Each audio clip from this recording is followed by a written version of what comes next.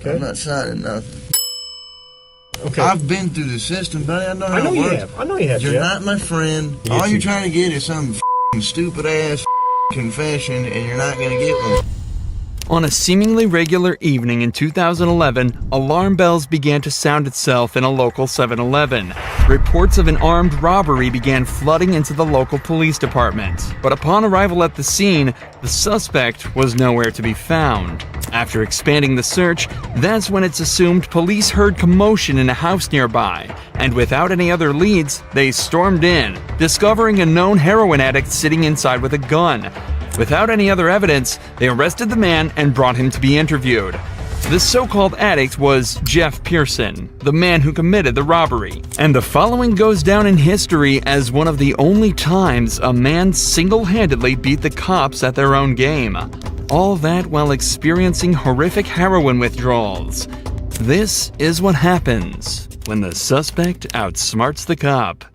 The next 24 hours were captured on police cameras within the interview room, but conversely to most footage similar to this, it was originally uploaded to the suspect's own YouTube channel on the 25th of September 2011. This is the first sign of what makes Jeff a cult figure and a legend within the interrogation community. Jeff was held in police custody for almost an entire day, but all of the footage from the 3 interrogation sessions held barely 15 minutes. Given that robbery and arrest took place within the state of Georgia, the usual minimum sentence would be around 10 years imprisonment, ranging up to a maximum of life without parole. But it would transpire that Jeff wouldn't end up doing a minute of this time.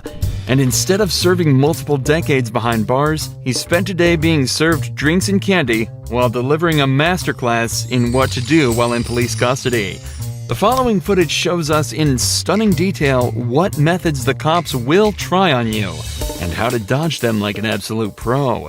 The footage starts with Jeff handcuffed in a small, windowless room dressed in prison scrubs. It's clear he's already been processed and spent some time in a cell, likely while the cops spent some time gathering the evidence and prepared to question him. Am I under arrest? For now. I'm under arrest? Yeah, I'll explain everything, but before I explain myself to you, before we talk to each other, I need to read your rights, okay? What am I under arrest for? Well, like I said, I need to read your rights first. Obviously, the charge is robbery, okay? Jeff immediately opens by asking if he's under arrest and on what grounds. From the first moment, it's evident that Jeff has done his research, as this is exactly what you should be doing in this situation. From here, there are 2 options. If you're not being arrested or detained, you can state that you're also not obligated to stay and answer questions. And you should be completely free to leave the interrogation. If you are being arrested, you can then immediately ask for a lawyer and stay silent until you're provided with one. These options give you the best chance of stopping the police in their tracks and allow you to create the best defense possible. What's amusing is that when you're being arrested in America, the officer is actually legally obligated to remind you of this. Take a listen to the Miranda warning that this detective reads out to Jeff. You have the right to remain silent. Anything you say can will be used against you in the court of law. You have the right to talk to a lawyer for advice before we question you. If you cannot afford to hire a lawyer and you want one, a lawyer will be provided for you. If you decide to answer questions now without a lawyer present, you'll still have the right to stop answering questions at any time. Does that make sense? You've probably heard these before, haven't you? These 3 points are incredibly important and are often overlooked by the average citizen due to the panic of being arrested in the first place. Alongside this, because of how much we hear these lines in media such as police shows and movies, most people completely glaze over it when they're being read these rights, and fail to take into account that they're actually being provided with useful information that allows you to stay safe and protected while in police custody. What this detective didn't mention, though, is that if you ask for a lawyer while under arrest, they are not allowed to continue questioning, and you have a complete, unquestionable right to refuse to answer any questions they may ask until you're provided with an attorney. The detective also ends the rights with a snide remark about Jeff's past, meant to subconsciously remind him that he is a previously convicted criminal. Do you understand your rights? Do you understand your rights, Jeff? Yes or no? You understand? We're getting paid more than you are, so we can sit here for a long time, man. I just need you to answer me yes or no. Do you understand your rights? Let's get through that question. Do you understand what I read you? Do you comprehend what I read you? Jeff has been explicitly told he has the right to remain silent, so that's exactly what he's deciding to do. Right here, the leading detective leans back in his chair. This was meant to show that he's unconcerned with Jeff's silence, and that he can stay there as long as necessary. But body language like this usually indicates some form of unrest. It's clear that the detective knows that this is gonna be a tricky few hours for them. If you got something that says you didn't do this robbery, this is your chance to talk to us. Okay, good cop. No, usually I'm the prick. You look like the prick. I am. If it's dominance we're talking about, Jeff just took everything the cops had and dumped it in that garbage can. I'm not asking if you want to talk to me at this point. I just wanted to understand what I read to you. That's all my under arrest. Yes, you're under arrest. Get me back to the cell. I don't talk to you motherfuckers. Okay, fair enough. In this first round of interrogation, Jeff exhibited exactly the correct behavior given his current circumstances. He knows the cops have nothing on him. They wouldn't be there talking to him in the first place if they did, so he stays silent. And so it's off back to his cell he goes. But 2 hours later, he's brought back to the same room for round 2. You wanted a Coke? Yeah. You gonna be able to pop it open, or you need me to? I need methadone. You need methadone? Yeah, you guys can get me that methadone or what? I don't have any. Do you have medication for it, or a prescription for it? Or? No. What do you need methadone for? Because I'm a fucking junkie and you guys, I can't get no methadone. I'm going to go through withdrawal here in a minute. A can of soda is all Jeff requested before he returned to the interrogation room. But he immediately mentions the withdrawals that he's likely already starting to feel. However, methadone, the drug Jeff asked for at the start of this conversation, can be used to significantly reduce the effects of the withdrawal. It can even reduce the cravings he's also probably been experiencing for the entire time he's been in police custody. How long you been using heroin? Long time, buddy. 10 years? 15 years? I hardly been alive that long. What are you trying to talk to me about here? Talk to you about what happened last night. Look, here's the deal. Either you're in a bad set of circumstances, or you went and committed an armed robbery last night. Yeah, Right? I'm in a shitty, wrong place at the wrong time, obviously. I didn't commit no fucking armed robbery. All right, then let's talk about this. Let's I not don't have keep nothing. up I the don't talk act. to the police, man. Jeff is clearly through with the personal talk and wants to get back to the matter at hand. In his eyes, he's been arrested for something he didn't do and wants to get out of there as quickly as possible.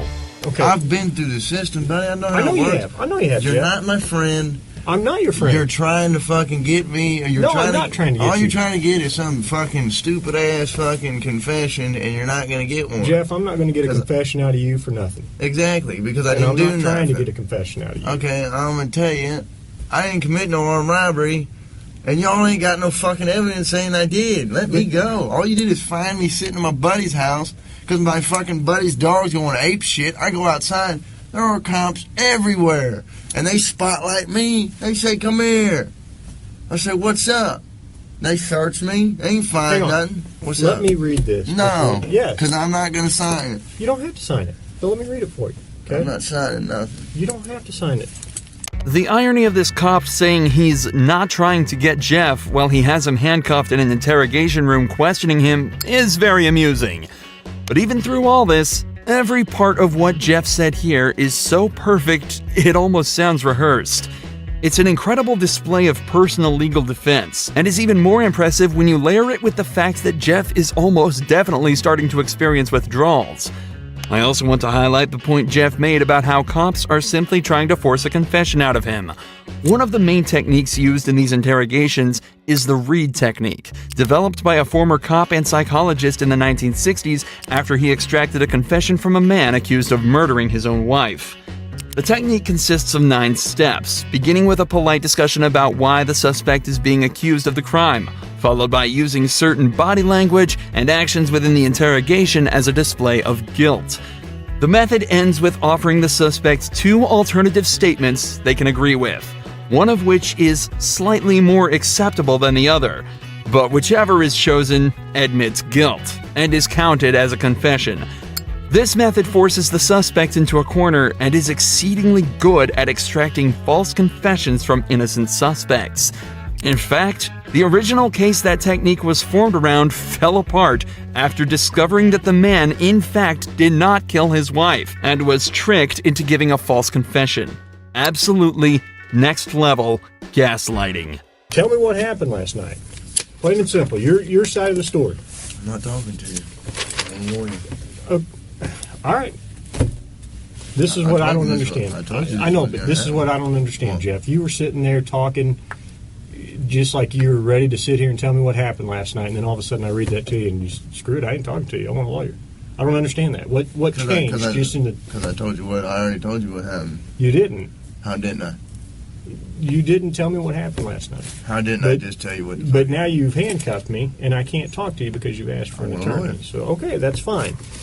But I will tell you right now, you're still on a hold for a robbery. I know. I don't know why I need a fucking lawyer because obviously I didn't do nothing. And obviously you guys know I didn't do nothing because I've been arrested for the same bullshit before and you guys don't interview me this much. So, wham bam, thank you for the coke, put me back in the cell. That's my home. We haven't interviewed you yet. Jeff has now asked for a lawyer and is once again refusing to answer questions. But we're only halfway through this footage, and Jeff's ability to defend himself and completely destroy this cop only gets better from here. Here's what the deal is. I have enough evidence Like what? of the armed robbery, okay? But, you know, if you're saying you didn't do it, you need to give me your side of the story. I didn't do it. Okay, well, give me your side of the story. You got to, convince me. Because I got a lot of evidence. I got a lot of physical evidence. Well, like what? Name the physical. Well, I don't need to, why should I tell you that? This is where the detective starts to become desperate. He knows he's running out of time, and so has completely abandoned any elaborate techniques or methods to try and get information out of him. He's now instead moved on to essentially just threatening him with false claims of evidence that he can easily use to convict Jeff. If all of this was true, he'd likely be trying to use it to intimidate Jeff into panicking and giving up more information. But instead, he uses a flimsy rhetoric, claiming that because Jeff hasn't helped him, he won't help Jeff. There's only a couple pieces of evidence I'm missing. Name them. What's that? Name them. Well, why do I need to do that? You haven't helped me out at all.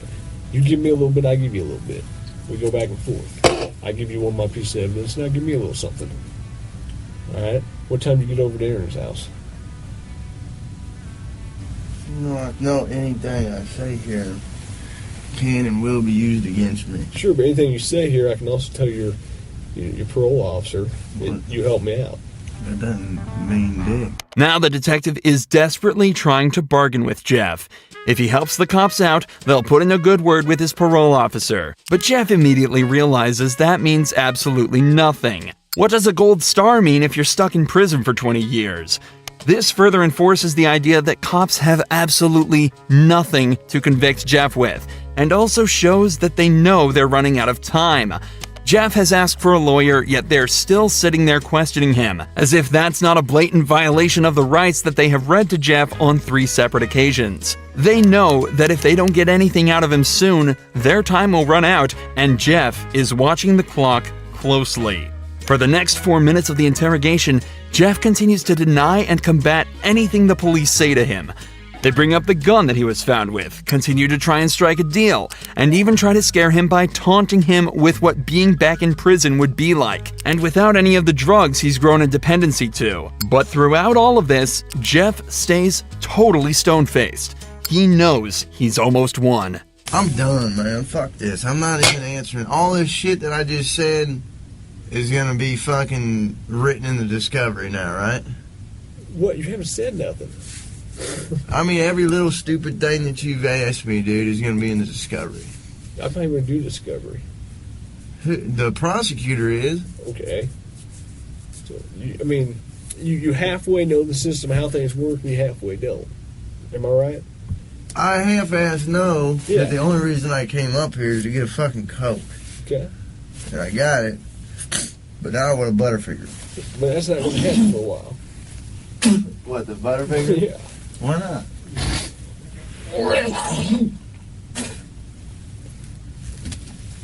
I need to go to the hospital. I'm coughing up blood. Okay. Let's go to the hospital. For the last few hours, the police have been questioning a man who is clearly in pain, denying him access to the legal prescription drug that would help him deal with his issues, and questioning him repeatedly on a crime for which they have no evidence for. All the while, Jeff dealt with this as casually as possible, asking for sodas and chocolate bars. Jeff knew misspeaking at any point could lead him down a slippery slope, so he exerted his rights in the perfect way, and 12 hours later, it's recorded that he was released from custody and sent on his merry way. It's also reported that from here, Jeff began to turn his life around. He's off heroin and now spends his time uploading to the same YouTube channel the footage from this video was uploaded to. He makes music and even gives extra tips on how to avoid the police's tricks.